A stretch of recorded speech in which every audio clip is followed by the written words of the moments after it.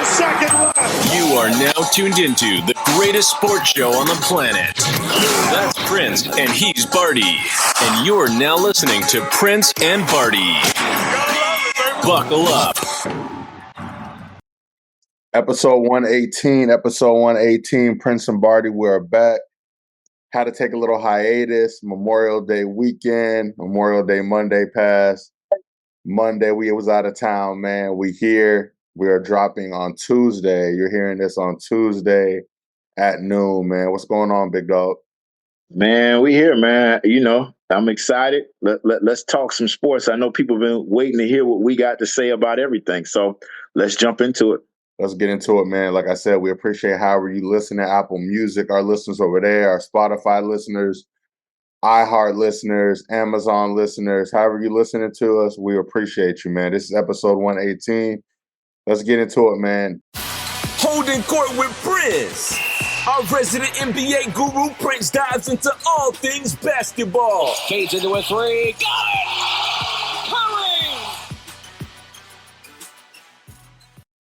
Curry! NBA Finals, we are here. Oklahoma City Thunder versus the Indiana Pacers.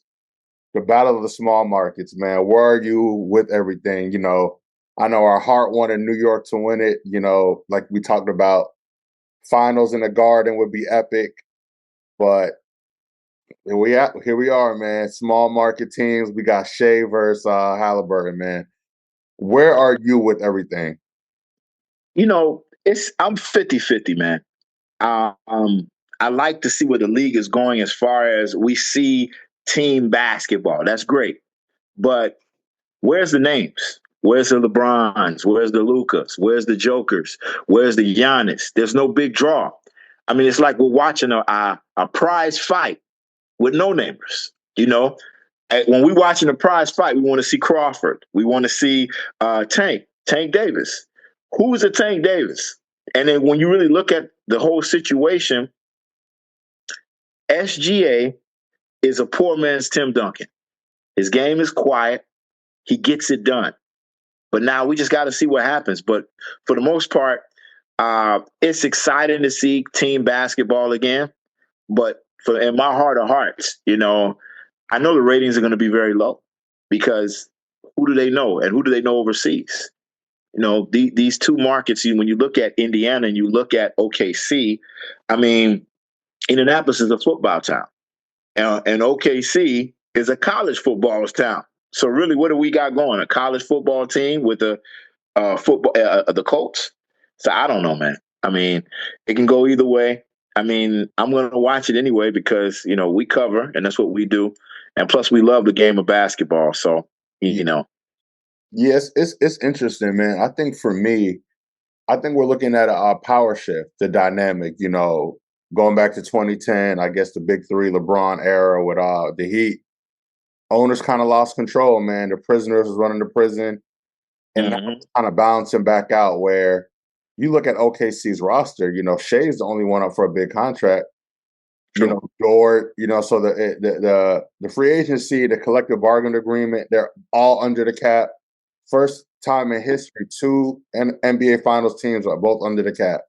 So no big name players. You know, Siakam got his contract the year before last with them. So is this the new model now? You know, we seen the big three. We seen the Brooklyn Nets try it. We seen everybody, the OKC Thunder tried it with Carmelo, you know, with Russ, with Paul George. That didn't work. I think now it's going back to college, man. It's getting some good young people through the draft, like how NFL teams built, and then kind of trying to get your quarterback, get your point guard, get your ace, and build around them, man, with a defense. That way you're not dealing with diva players. Let's be honest, man. What diva players on OKC? Shea's going to work with them. He's not going nowhere. You know, I think Dort will work with them. He's not going nowhere. Holly already got paid. Siakam might re-up, Neesmith, Nembhard, these guys like that, but they're not going to break the bank. So now you got college-type atmosphere, college-type camaraderie, and they could run the ranks forever, man. You know, without a big-time payroll. So you got to respect the new regime. I think that they took a page from Golden State because if you look how Golden State built their team, it was the same way. The only difference is when they got Kevin Durant, they went into the super team mantra. Now, before Kevin Durant, everybody they got was basically through the draft. They built their team through the draft. Clay was a late pick, just like Jalen Williams was. There's no correlation with Steph because SGA was traded, but Steph was an up-and-coming star that we really didn't respect at first as we look at Steph Curry and SGA. And then you look at Lou Dort, how they got Lou Dort. They got him as an undrafted.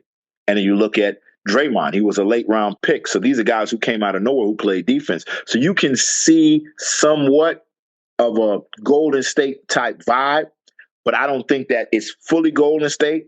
And then when you look at the Pacers, you know how Rick Carlisle builds teams. So, you got to pay homage to Rick Carlisle. That's a Rick Carlisle type team. It looks good. And they made it to the championship. Now let's just see if they can execute and win.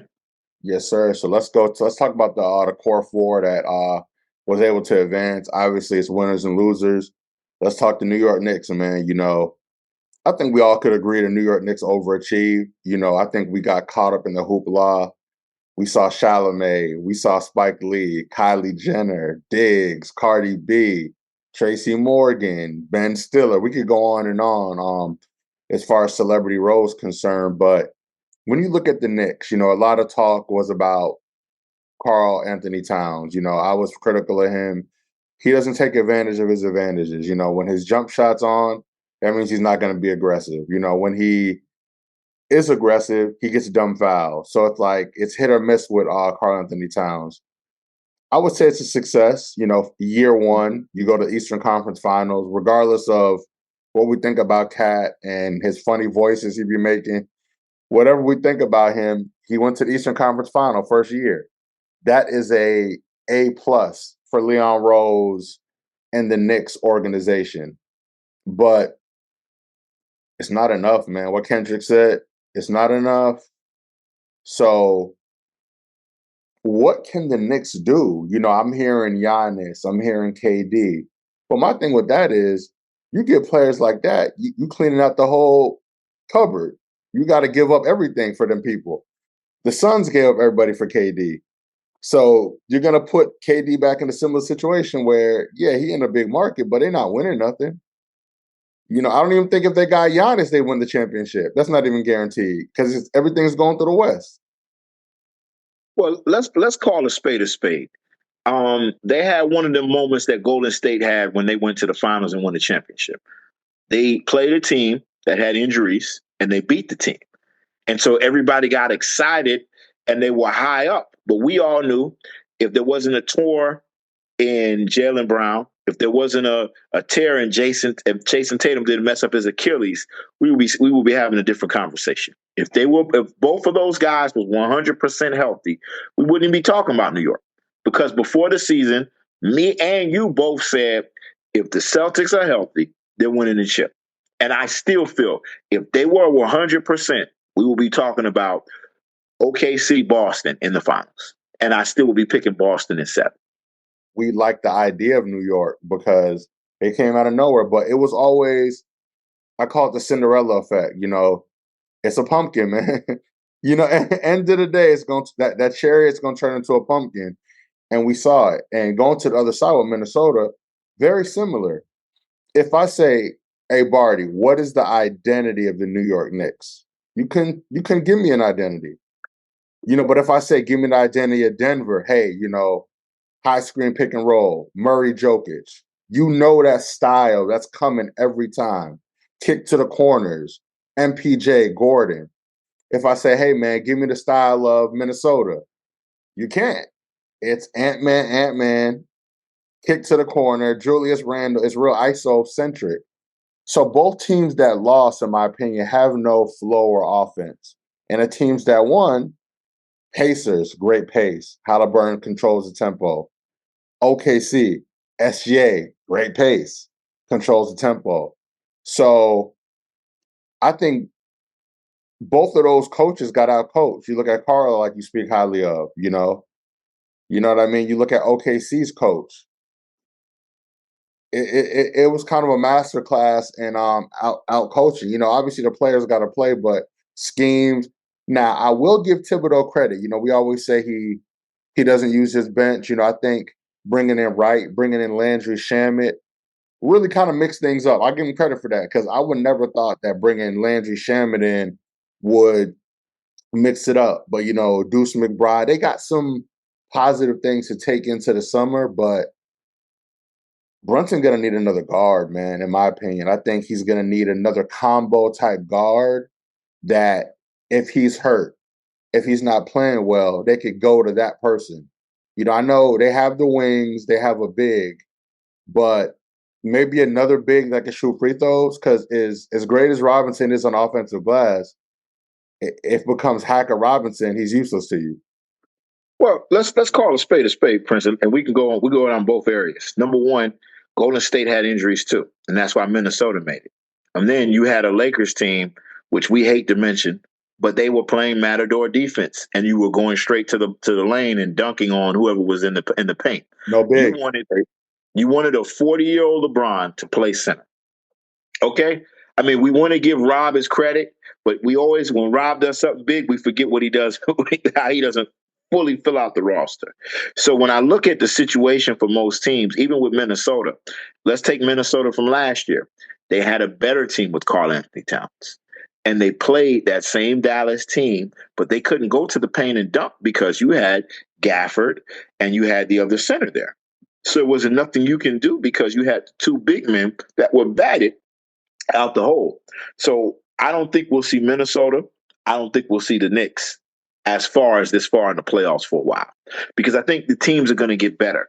They're going to see what they're doing and they're going to isolate. And it's not a knock towards Ant-Man, but I think that playing with LeBron James, Luka's going to be better. Then I also look at the Eastern Conference. The East is going to be better wherever Giannis goes because Giannis says he wants to stay in the East. So whoever you pair him up with and put him on, that's going to be a problem for New York. Boston will be fully healthy next year. Even if they do make a trade for somebody, who are they bringing in? And it's the same that goes for Indiana. I don't think Indiana will be back in the finals next year. Now, what I would say is this. SGA and them boys, we may be seeing them for a while because they're young, they're gifted, and they got good coaching, and they play with pace. And as I said, they're cheap, too. Don't forget the money. That's a fact. And all we can say is this. Me and you both know this. You can have a great coach or you can have a decent coach. But if you have an excellent GM, you could do just like Philly and just keep winning. So is what it is. That's real talk, man. And Nas Reed is, man, these cats are funny, man. So Nas Reed obviously won Sixth Man of the Year last year. And he says, I'm not a bench player. You know, now he wants a role, but he didn't do nothing. So I think his negotiation going into this summer, it's kind of tricky because he didn't do anything in these playoffs. You know, he played decent against us, but Denver, he really didn't do much. You know, he didn't do much against any of those premier teams during the season. So like we play at Denver, you play all these other teams, he didn't do much. And I think too, when he goes to a bigger market, there's going to be more pressure. A lot of times there's some guys that they go to New York, they go to LA, they go to Boston, they see the banners, they see the crowd, they see the celebrity role, and they're like, wow, what I gotta play. They get starstruck by seeing Kylie Jenner on the sidelines, seeing Kim Kardashian on the sidelines, seeing Sydney Sweetney on the sidelines, and they can't make shots. So we'll see what happens. That's real talk, man. But let's go to the other side, man. Other final, Stanley Cup final. You know, Edmonton and the Florida Panthers. The Ice Chick with Barty. He shoots. He scores. Talking all things hockey with the latest news and highlights. Are back at it. Like I always said, if you haven't seen our content of us at the Panther game, legendary, man. Hockey fans are insane. Great energy, man. So let's talk predictions, man. I know it didn't go as we thought. You know, Panthers are obviously back at it. You know, a rematch of last year's Stanley Cup. What are you looking at as far as predictions? Well, I saw a post today, Prince, that made a lot of sense. So it says in rematches, the second team always tends to win in the second go round. Not all the time, but the second team. We're not going back to the Chicago Bulls with Utah because, that's Michael Jordan. But you saw Steph won it the first time, LeBron came back. Then you look at Philly lost the first time, they came back and won it the second time as far as football. Both teams know each other. Edmonton has a deeper team now, even though they have Hyman who's out. So it's going to be interesting. But what's said about this Panthers team that kind of blows my mind is that they think this is a team of destiny. They think this is a team like the Tampa Bay Lightning who repeated years back. And so people are saying that the Panthers, because they're deeper, and we know teams win games, but we also know McDavid is a beast. And you know what McDavid can do. He is a bad, bad, bad boy. So with McDavid being out there, what are they going to do in regards to him? They're comparing him to Wayne Gretzky. It's going to be a crazy, crazy atmosphere. And then also, another thing we don't realize, the Panthers had home court last year. Now they got to start in Edmonton. Panthers are not the same team. You got to start off in Edmonton playing the Oilers. So, if I had to lean towards a pick, I'm only going to side with the Panthers. I'm going to tell you why. Because all postseason, I picked against the Panthers. So I'm not going to pick against them. But what I would say is this, Prince, I'm kind of leery about going against McDavid. I'm just leery because it's his time, you think? He made it to remember last year, it went 7. And the series started off with the Panthers winning majority of the games. It went 7. So what I do notice about the Panthers this year, they're a better road team this year than they were last year. So I do see a split possibly in Edmonton. And then I see a split in Florida because Florida's not a good home team. So all I can say is this, the 2 words we love in sports, game 7. It's going to go 7. I just don't know who's going to win the 7. But if I'm picking, I will go with the Florida Panthers. All right, we're rocking home team, go Cats for sure. This is what I want to ask you, man. We always look ahead and just kind of see what's next to come. What NHL teams will make a splash next season? I know we in the Stanley Cup mode now, but is there a team that may not be on the radar that you think that could take because we didn't see Indiana Pacers in the NBA Finals right now, right? They kind of had a good January. From January midseason, balled all the way down to this point. Is there an NHL team or franchise or player that you're looking at for next year's season? I like the Minnesota Wild. They have good goalies. They have a great team. I've made a lot of money on them. Some of my greatest pickups have been from the Wild. The only thing I don't like with them is that they don't have a key player. They're more of a team build team. They're just all around good. But I would go with the Minnesota Wild. I got to check them out. Minnesota Wild, say less. You heard it, Barty, with the ice check, man. So got to stay with all things Barty, man. Barty Report. It's the Barty Report. Let's be great. Let's be great. Where Slim Barty, a.k.a. Barty, brings you the latest news, rumors, and updates of the NFL. Let's talk NFL news, man. So I was watching NFL Network, man. They redoing the NFL 100. Bill Belichick. I just always love. So I was geeked out. I had just turned it on, and you got Moss and Jerry Rice sitting next to each other, but just two of my goats, man. That's Jordan and Kobe when it comes to receivers, man. But when looking at the quarterback, a lot have been said about Joe Burrow. Is he in that top 5? We give Joe a lot of bail money because Joe's a gamer. We love Dan Marino. He reminds us of Marino. Has that Joe Namath swag to him, but he hasn't been to the playoffs in quite some time, man. And shoot, the rookies going to the playoffs, man. Rookies going to the advanced playoff rounds. So looking into this season, obviously T. Higgins got paid. Chase got paid. They got the most expensive payroll as far as skill positions at the receiver in the league. What quarterback is under the most pressure, if you had to tell me? I know Burrow's in there, but who is the quarterback under the most pressure this season? Lamar Jackson. No ifs, ands, or buts. Every year we talk about he does everything great. Every year, but every time at a big game, he does the same thing over and over. The thing you have to remember this one thing. Joe has done something that Lamar has never done. He's beat Patrick Mahomes. Jalen Hurts has done something that Lamar has never done. He's beat Patrick Mahomes. Now let's look at this perspective. Every time there's a big game, he even lost to Josh Allen. He's the king of losing big games. And Ravens fans hate when I say that, but he is the king of losing big games. Yes, I understand what everybody wants to say, but you probably have the most dynamic rushing game next to the Eagles in the league. Then you picked up DeAndre Hopkins and put him next to Zay. You put him next to Likely. You put him next to Mark Andrews. What's going on? What are we going to do now? What are you showing me? What have you done for me? Because Josh Allen, with no receivers, Mac Hollins being his number one, his running game is not on the same level as you. And you were out-coached, you were outplayed, and you lost. And whenever you talk to a Ravens fan, they say the same thing over and over and over. We don't want to blame Lamar, but we blame Joe. We don't want to blame Lamar, but we blame Jalen. We don't want to blame Lamar, but we blame Peyton Manning.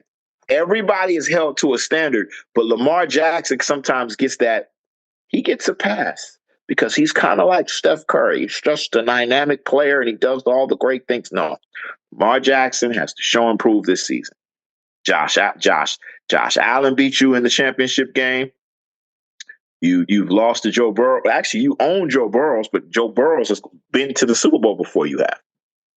So it just kind of shows what we need to see. And then everybody wants to kind of blame the coach, but the coach has won without Lamar. He's got 2 championships without Lamar. No, he has 1. I'm sorry. He has 1 championship without Lamar. And so when you look at that situation, I think Lamar Jackson is under the most scrutiny. I know we want to say Joe Burrows, but one, Joe Burrow's coach is not on that level. And then 2, they mishandled everything on the defense. All their studs they got rid of. So now you're asking him to do something in a team, an organization that's not built. Like Andy Reid knows how to fix or, camouflage his deficiencies on defense with Patty and with the offense and ball management. They don't know how to do that in Cincinnati. I think I could ask you 2 questions and you're going to laugh when I ask you these questions.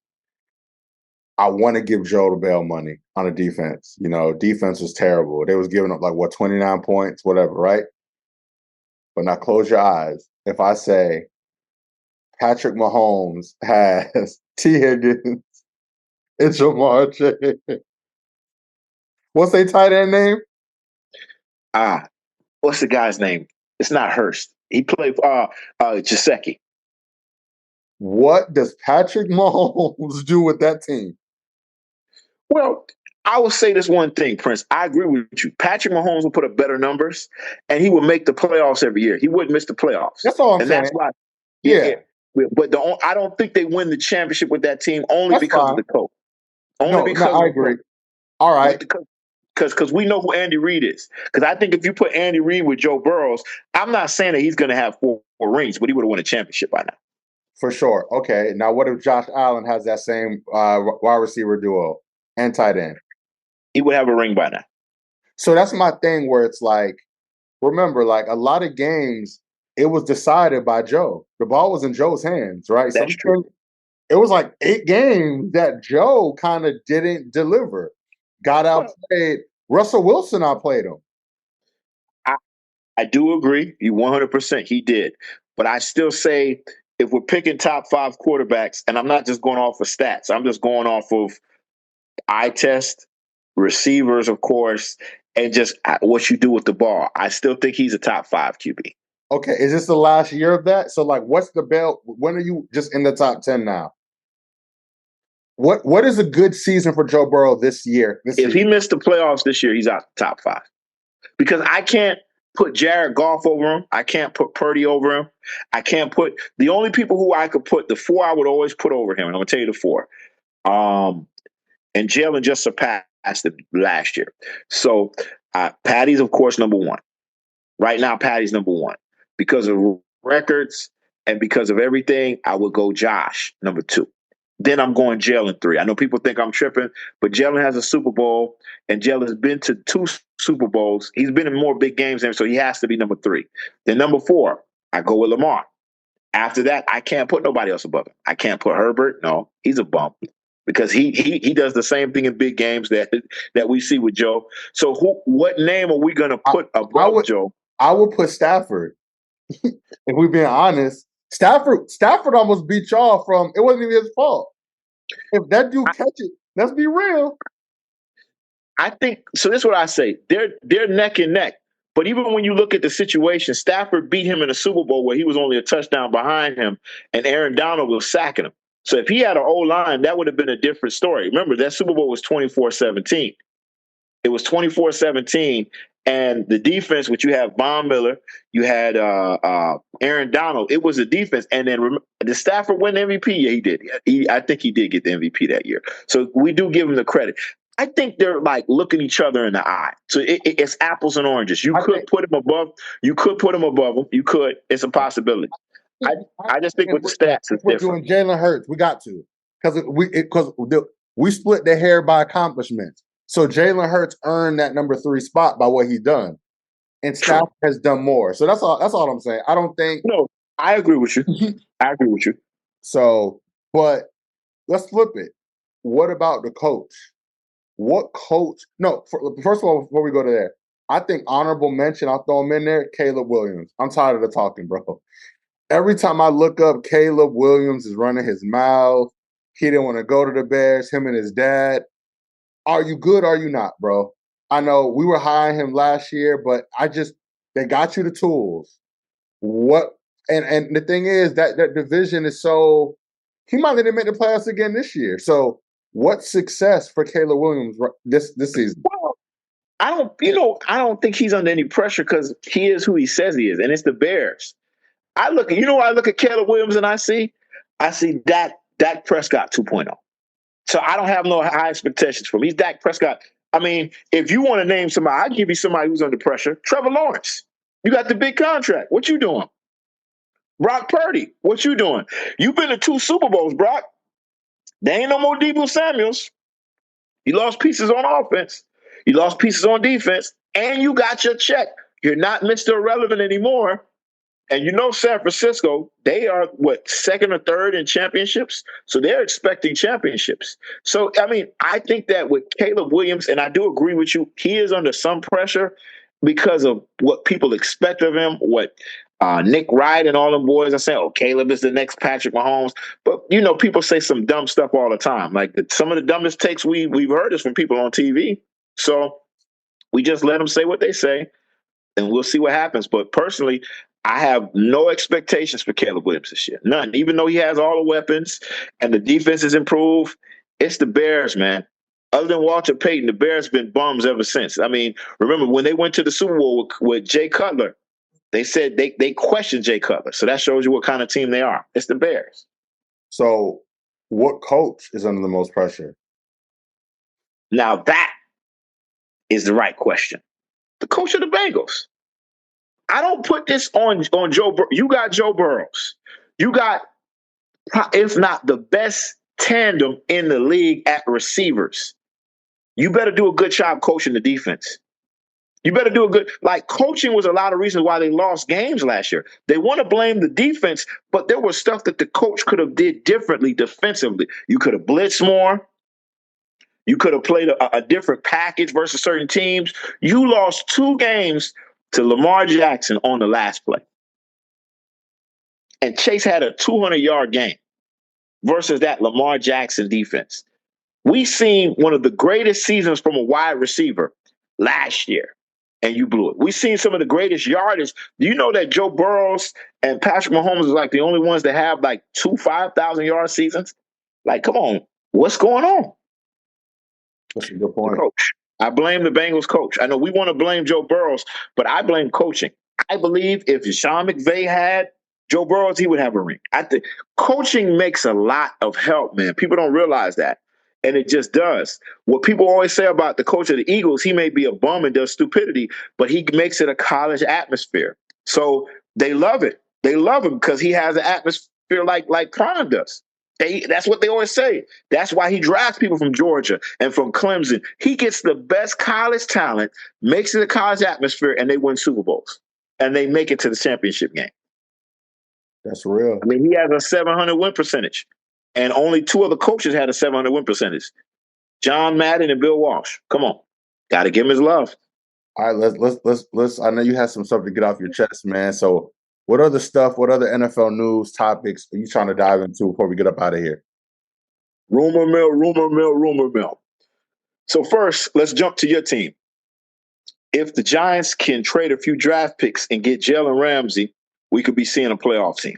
I know Jalen Ramsey's over the hill, but in that division, if you have a decent corner package, you can shut down a lot of people's passing game.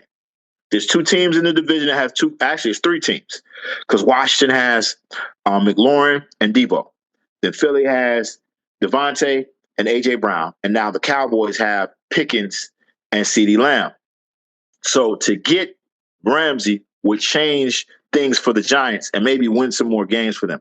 I want that to happen because I don't think he's happy in Miami, and that's crazy to say. South Beach, the women, the parties, the food, the international lifestyle, but he doesn't want to be there. Now, the second thing that jumped on the page, I just saw today that the Eagles proposed 2 third-round picks, and I forgot what the other piece was, to get Kyle Pitts from the Falcons. Oh my God, y'all trying to. It's like when when KD added Golden State, like, come on, bro. Listen, if we get Kyle Pitts with Goddard and your boy Saquon running out the backfield, Saquon will get 2,000 yards this year, Prince. If Kyle Pitts goes to the Eagles, Saquon will get 2,000 yards, and the Eagles will be back in the Super Bowl. I don't know if they'll beat Patty, but I would definitely spot on say it will be a rematch of last year's Super Bowl. How do you feel about the Bryce Huff trade? Obviously, that happened at the time of this recording. Y'all traded him to San Fran, and y'all got a 2026 mid-round draft pick pending his physical. Okay, Bryce Huff did nothing for us last year. Nothing. He was a bum. Now, let's really look at the situation. It will help the 49ers as far as their defense because you have Bosa on one side, and you have Huff, and then you have all the pieces around him on the D-line. But when you really look at the situation for Philly, they got those 2 big guys from Georgia. Their whole D-line is based off of that. Nolan Smith will have a better year as far as going against the quarterback. And then let's really look at it. Hassan Reddick had his best career year, the year we went to the Super Bowl and we lost to Kansas City. It was his best career year. He was making a fuss. We traded him for the Jets. You saw what his career is taking. It's taking a toll. He's not doing anything. The Eagles are a team that if you don't fit that D-line system, they get rid of you. And Bryce Huff never fitted the system. He just wasn't that dude. And he wasn't that dude on the Jets. He was only good on the Jets because of the interior linemen. So one of the greatest defense that we've seen in a long time, and the Jets get rid of you. And now a team that had the same type of defense, which made Patrick Mahomes turn the ball over the most in a Super Bowl, had every quarterback last year. If you was a good name quarterback, you played terrible versus the Eagles. Joe Burrows, Lamar Jackson, Patrick Mahomes. It's not the players on the back of the jersey, it's the system. I hate to say it, but we have a great defensive system. I don't know if it's going to be as good this year, but we're going to see what happens. It should be interesting. I'm excited to see what happens, but what I like is that Philly don't get caught up in names on defense. They get caught up in names on offense. So speaking of defense, man, Ronald Darby retired, man. Vet, he played hard for y'all boys. And what could you say about Ronald Darby? I mean, Darby was a great corner. He was a great corner for some years, but then he had some years where he was glorified number 3. So I would say mid-section of his career, he was a number 3. But them first couple years in Philly, he was a stud. I wouldn't say a lockdown corner, but I would say he was a cerebral assassin. He did pretty good things on the defense, but towards the years when we cut him, he used to get burnt all the time. I remember so many games that he would get burnt, and so we got rid of him. and we picked up better in the draft. But he had a great career. I mean, if you played as long as you did in the NFL as he did and made the money and the contracts that he did, I would probably say he's a top 50 corner all time. 50. I'm not going to put him anything. He's not in the 20s and not in the 30s. Maybe a top 50 cornerback all time. Say less, man. Let's go back to some other corners, man. Obviously, Asante Samuels and Deion Sanders, man. They buried the hatchet. Deion was on Asante's show, so Asante, a hometown kid. You know how we feel about Deion. Two Florida boys. They patched it up. But what's interesting about the convo is Deion kind of lifted the curtain up with the Hall of Fame and just said how much money is required. You got to fly your family out. You only get a certain amount of tickets. So Deion said about the floor is about $250,000, man, for that whole process. What do you think about that? And if you play for multiple teams, you hope that they put money up for you. You know what I mean? But if not, that's why everybody's looking at T.O. like he was a genius. Because I think when he went to his old high school or something like that, so he was able to just eliminate all those costs and accept his award from somewhere else. So talk to us about that Hall of Fame, what Deion was saying. What do you think about that?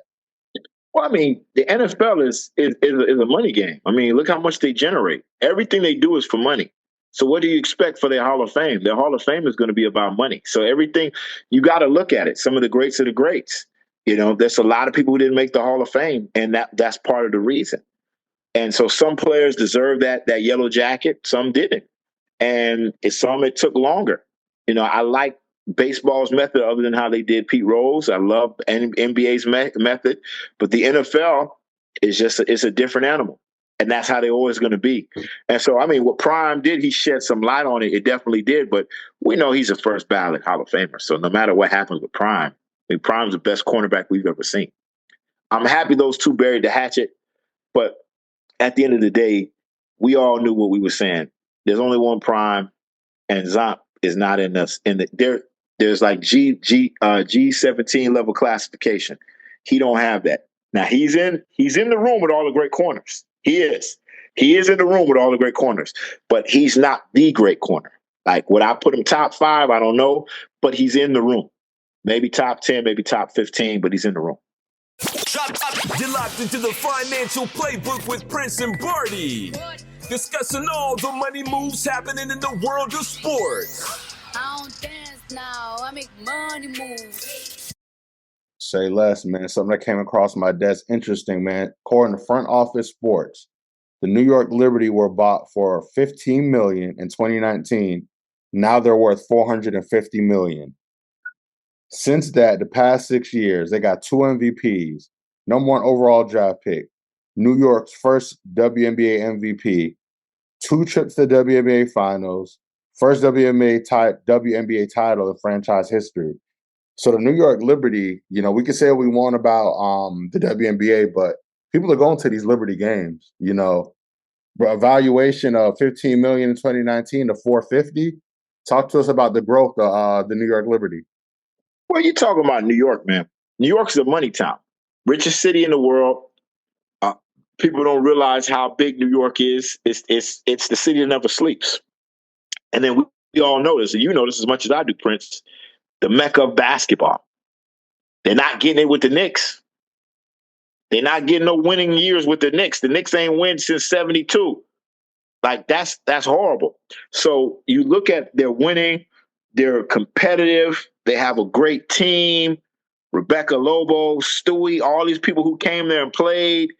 I mean, you got to give them their love. And the Liberty keep winning. So, I mean, shout out to the Liberty. They should be worth that. I mean, look at how much the Yankees are worth. Look how much the Giants are worth. The Jets.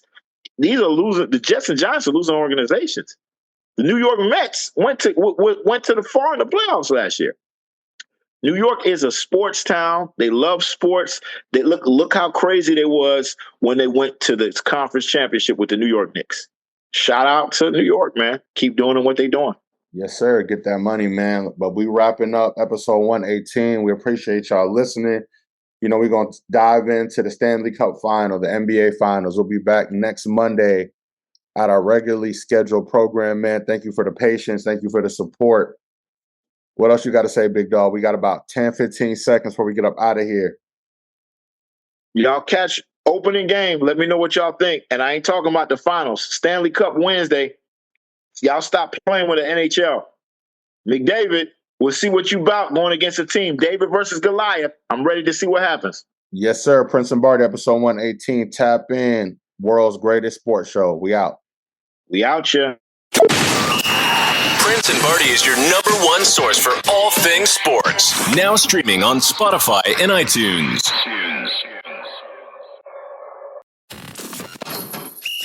He is a Laker maniac, and he is the Archbishop of the Bronx Sexuals. Welcome back to Prince and Barty. Prince and Barty is your #1 source for all things sports. Now streaming on Spotify and iTunes.